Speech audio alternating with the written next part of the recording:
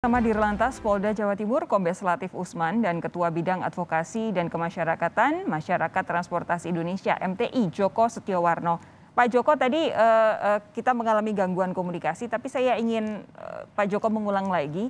Sebenarnya untuk marka-marka jalan, rambu-rambu, rest area di area jalan tol, khususnya di Trans Jawa yang banyak sekali jalanan lurus dan juga panjang begitu, apakah sudah memadai? Ya, khusus jalan tol dibandingkan jalan lainnya itu jauh lebih baik ya. Marka, rambu, rest area memang sudah tersedia, ada lah. Masalah cukup itu relatif, namun kalau yang itu di Jawa dapat dikatakan mudah untuk ditemui. Namun masalahnya adalah bagaimana kita sebagai pengguna jalan tol itu juga akan mentaati aturan. Memang di beberapa ruas jalan tol sekarang sudah dibikin rambu-rambu untuk pengecut pengentak istilahnya ya. Di pengemudi itu sering terjadi kecelakaan.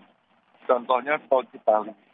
Setelah dipasang marka-marka seperti itu, warna putih lah kalau di sana itu agak mengurangi kecelakaan.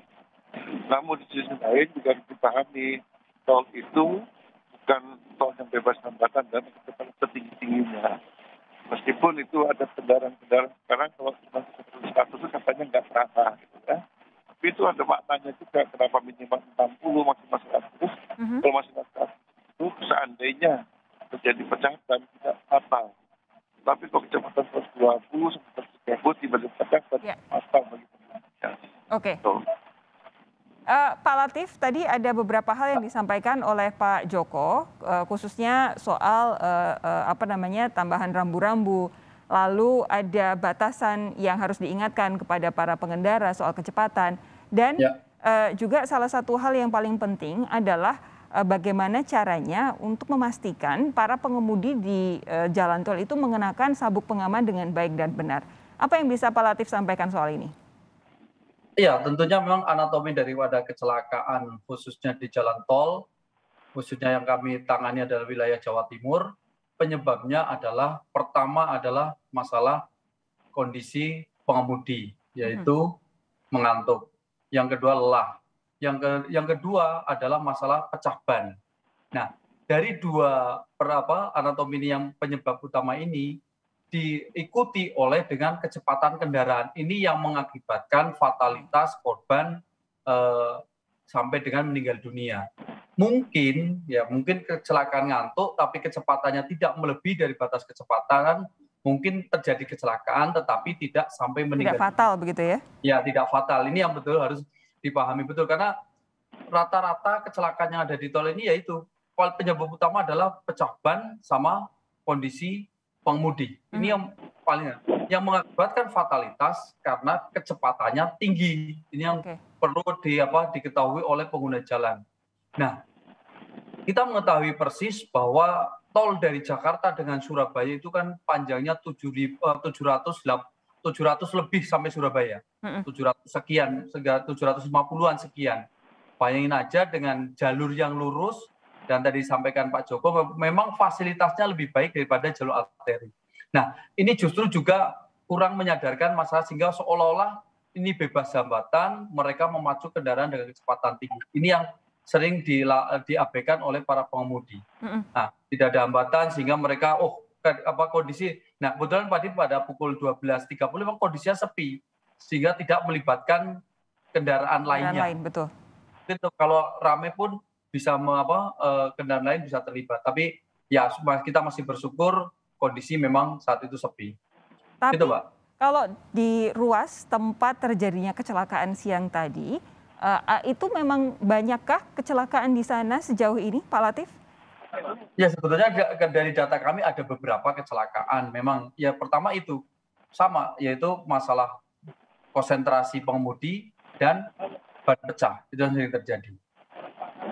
Oke, nah lalu untuk kepastian begini, ini kan kalau di jalanan di perkotaan, khususnya misalnya kita bahas soal DKI Jakarta begitu ya, itu kan sudah banyak e-tilang, sudah banyak kamera dipasang di mana-mana, sehingga ada kemudian insentif atau punishment untuk orang-orang yang memang tidak menjalankan aturan berkendara secara baik dan benar. Kalau kemudian di jalan tol, apakah ini perlu dilakukan? Mengingat ini kondisinya jalan tol panjang, lurus, kalau tidak ada kendali diri bisa memacu kendaraan dengan sangat cepat, dan kadang-kadang abai menggunakan sabuk pengaman. Apakah perlu ada langkah-langkah seperti itu kira-kira kalau menurut Pak Latif? Ya, tentunya di jalan tol ini kita juga melakukan penegakan hukum. Tapi memang kita sedang mengembangkan penegakan hukum yang secara elektronik. Ini sedang kita kembangkan di Jawa Timur, yaitu penindakan etles secara mobil yang di Jawa Timur sudah ada, yaitu Incar. Nanti pada tanggal 10 November akan dilepas oleh Bapak Kapolda. Jawa Timur ada 12 unit kendaraan yang akan beroperasi melakukan penindakan batas kecepatan di ruas jalan yang ada di seluruh wilayah Jawa Timur. Khususnya memang jalan tol masalah batas kecepatan. Ini akan kita lakukan, dan kita juga bekerja sama dengan pengelola jalan tol, ada 7 titik pengendalian kecepatan. Nah, ini juga sudah kita tarik ke RTMC, mudah-mudahan ini bisa efektif, dan mudah-mudahan segera bisa terrealisasi sehingga batas kecepatan di tol betul-betul dapat kita kendalikan. Ini kita akan menggunakan penindakannya secara elektronik, yaitu dengan alat incar yang sudah kami buat, dan besok tanggal 10 rencana oleh Bapak Kapolda akan dilepas untuk melakukan operasional. Oke, memang batas kecepatan harus diberlakukan karena tidak hanya untuk keselamatan diri kita sendiri, tapi juga untuk semua pengendara jalan yang saat itu ada bersama kita di ruas jalan tol. Pak Joko, terakhir, kalau menurut Anda dengan berkaca pada kecelakaan yang terjadi siang hari ini, apa yang harus dipelajari oleh masyarakat supaya yang seperti ini bisa terhindarkan? Ya, gini, saya setuju yang Pak Latif katakan itu untuk pemantauan batas kecepatan. Saya kira semua jalan tol itu harus ada ya, walaupun aturan sudah ada. Nah, sosialisasi penting ya bagi pengguna jalan tol. Janganlah melebihi batas itu karena fatalitas itu yang berbahaya. Dan kalau mengantuk, ya istirahat. Ada rest area, jangan dipaksakan untuk tetap melaju. Kalau kiri jalan tol itu kecepatannya kan tidak ada yang rendah, kecepatan tinggi. Ya, tidak istirahat itu penting. Ini yang terkadang sebentar nanti yang berikutnya saja itu jangan ditunda-tunda kalau istirahat, Pak. Istirahatnya butuh 15 menit sudah cukup sebenarnya. Tapi setelah itu bisa melaju dengan nyaman. Dan yang terakhir, saya pikir pemerintah berhubungan buat aturan untuk bagi semua kendaraan entah itu bis umum, gitu, kendaraan pribadi atau antar kota itu dia harus menggunakan sistem. Itu penting. Baik. Kalau kendaraan pribadi sudah ada, cuma sekarang kewajiban itu harus diberikan. Nanti kalau tidak menggunakan, nanti teman-teman dari kepolisian akan menindak. Ya, baik. Terima kasih Pak Joko Setiawarno dan juga Kombes Latif Usman sudah bergabung di Sapa Indonesia malam hari ini. Sehat terus, kita jumpa lagi lain waktu. Terima kasih. Selamat malam Bapak-Bapak. Malam. Saudara, bagaimana informasi terkini terkait jenazah Vanessa Angel serta suaminya? Kami sudah terhubung dengan Kika Madona, jurnalis Kompas TV yang saat ini berada di Rumah Sakit Bayangkara, Surabaya, Jawa Timur. Kika, selamat malam. Apakah jenazah Vanessa dan suaminya saat ini masih berada di rumah sakit?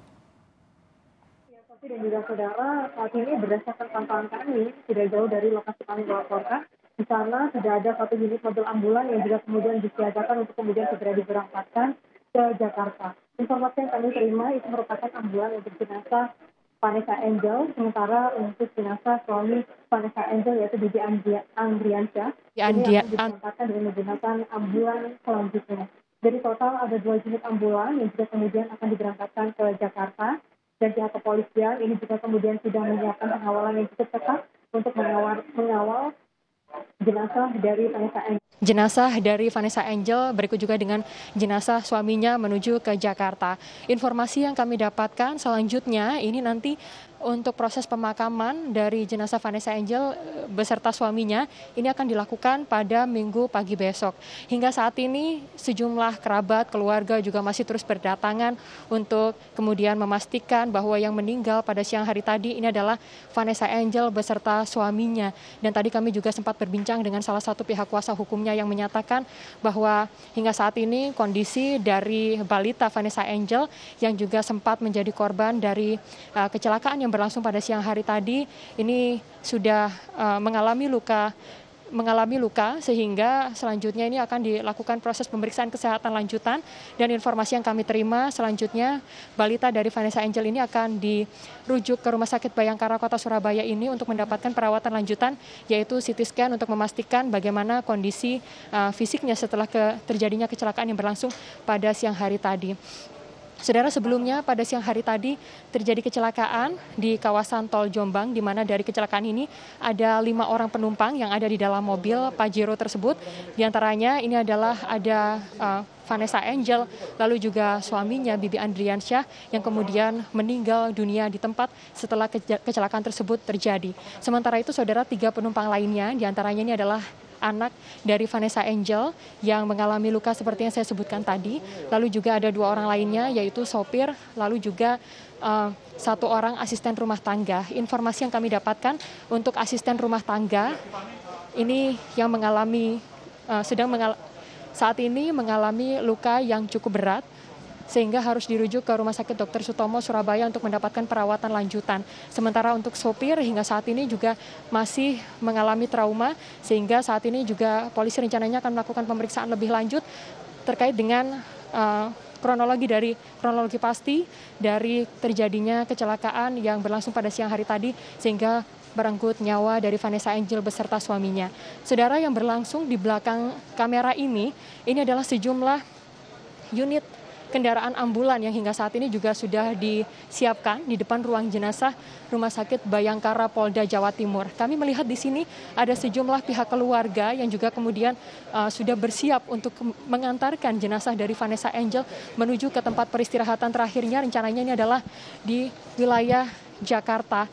Sejumlah kerabat, kemudian keluarga juga terus berdatangan sampai dengan malam hari ini untuk menyampaikan ucapan perpisahan terakhirnya terhadap almarhum Vanessa Angel beserta suami. Yang kami dapatkan informasinya tadi bahwa rencananya jenazah dari Vanessa Angel dan juga sang suami Bibi Ardiansyah ini akan dibawa ke Jakarta dengan menggunakan jalur darat.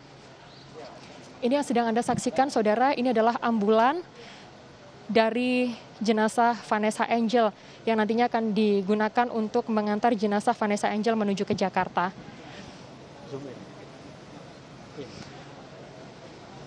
Kika?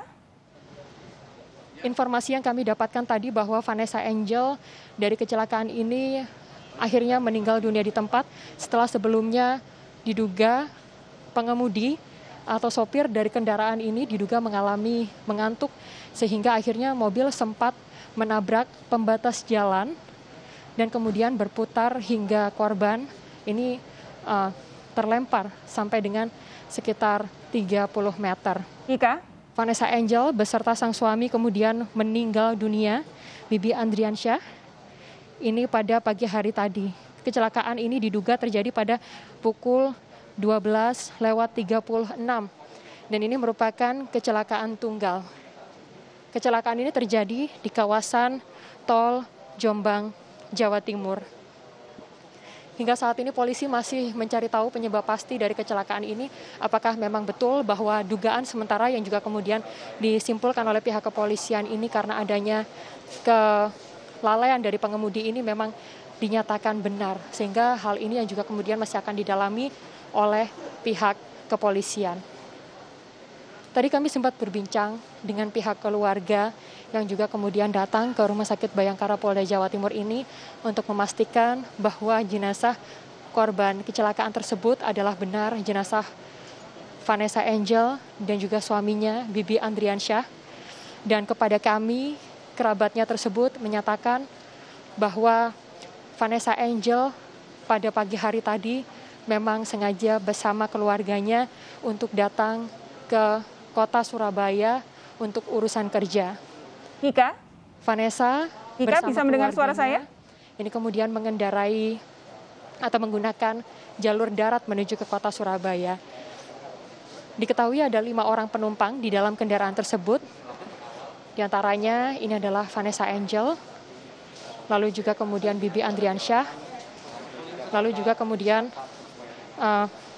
anak dari Vanessa Angel yang diketahui bernama Gala, lalu kemudian ada 1 asisten rumah tangga dan juga seorang supir yang hingga saat ini juga masih menjalani perawatan intensif setelah kemudian mengalami kecelakaan yang berlangsung pada siang hari tadi. Putus mas. Baru di kode. Telepon ulang.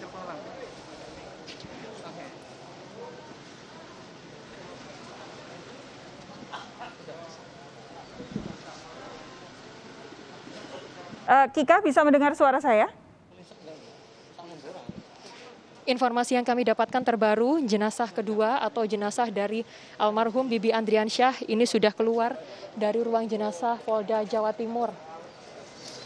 Dan mobil ambulan ini juga sudah disiapkan di ujung paling belakang, bahwa ini nantinya yang akan digunakan untuk membawa jenazah dari suami Vanessa Angel, yaitu Bibi Andriansyah. Kedua jenazah ini akan dibawa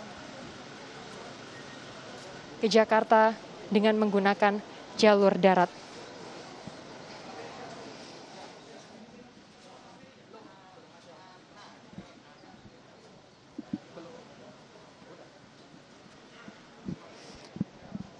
Dua mobil jenazah, saudara, yang Anda saksikan di layar kaca ini adalah dua mobil ambulans yang akan digunakan untuk mengantarkan jenazah Vanessa Angel dan juga sang suami Bibi Andriansyah. Baik, Kika, bisa mendengar suara saya, Kika? Iya, Shofi. Terakhir, Kika, Ya. yang ingin saya tanyakan, tadi Anda sempat menyatakan bahwa anak dan juga asisten rumah tangga Vanessa itu dirujuk begitu ya. Posisi saat ini, Ya. mereka ada di mana? Apakah sudah dirujuk atau masih ada di rumah sakit di wilayah Nganjuk? Informasi yang kami dapatkan terakhir, Sofi dan juga saudara, sekitar pukul 5 sore tadi, yang disampaikan oleh Dirlantas Polda Jawa Timur, Kombes Pol Latif Usman, menyatakan bahwa untuk asisten rumah tangga dari Vanessa Angel ini rencananya akan dirujuk ke Rumah Sakit Dr. Sutomo. Oke, berarti Dan baru rencana ya? Ini adalah karena kondisi. Iya, rencananya baru akan dibawa ke Rumah Sakit Dr. Sutomo pada saat itu, karena kondisinya lukanya cukup berat, Oke. Sofi. Sedangkan Bagaimana dengan anak dari Vanessa? Angel ini karena harus menjalani CT. Karena Gala ini kan harus menjalani CT scan untuk memastikan bagaimana kondisi dari kepala. Karena kan memang berdasarkan informasi dari pihak kepolisian ini, Gala mengalami luka cukup parah pada bagian kepala atau benturan di bagian kepala. Saat ini ada di mana, Nanti Kika? akan dipastikan di Rumah Sakit Bayangkara. Oh, oke, ada di Rumah Sakit Bayangkara. Ini sedang dirujuk ke Rumah Sakit Bayangkara. Baik, terima kasih Kika Madona atas laporan Anda dari Surabaya, Jawa Timur. Baik. Saudara, saya jeda sejenak. Presiden Joko Widodo mengklaim penggundulan hutan di Indonesia menurun dalam 20 tahun terakhir. Benarkah klaim tersebut?